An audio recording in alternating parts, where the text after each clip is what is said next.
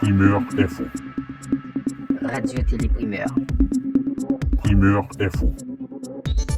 Primeur Info. Primeur Info.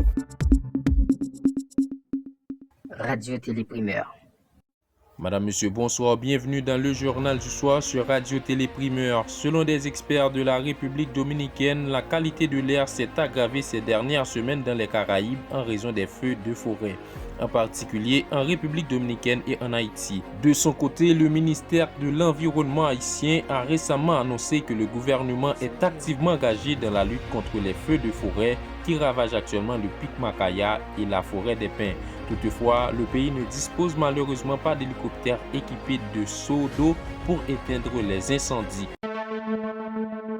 Au cours de son audition tenue ce mardi, Wilfrid Ely, le greffier en chef du tribunal de première instance de Hinche, a présenté un certificat rétractif aux enquêteurs de l'unité de lutte contre la corruption et le blanchiment d'argent.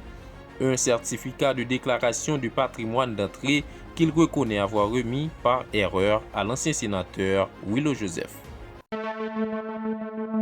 Ce lundi, l'ancienne première ministre haïtienne Michèle Duvivier-Pierre-Louis a été décorée de la Légion d'honneur lors d'une cérémonie présidée par l'ambassadeur français Fabrice Bories.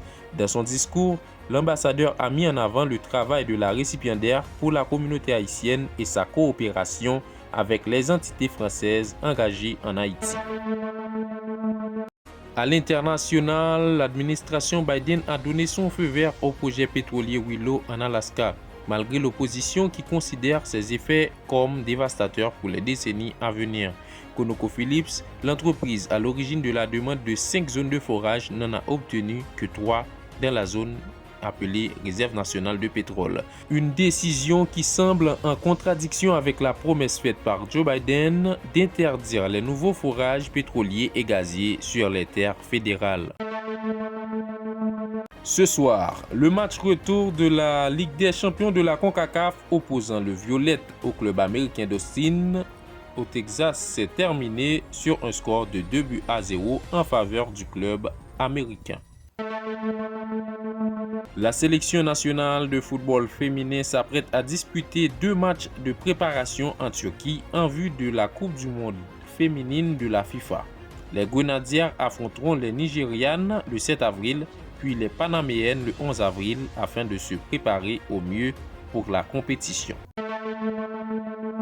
En Ligue des Champions, Manchester City a facilement obtenu sa qualification pour les quarts de finale en écrasant Leipzig sur le score sans appel de 7-0, avec un quintuplé du redoutable attaquant Haaland à 36 minutes. Une victoire écrasante qui confirme la supériorité des Anglais sur leurs adversaires allemands.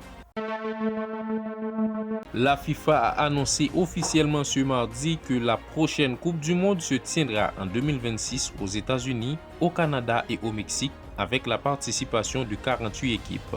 Pour ce faire, les équipes seront reparties en 12 groupes de 4.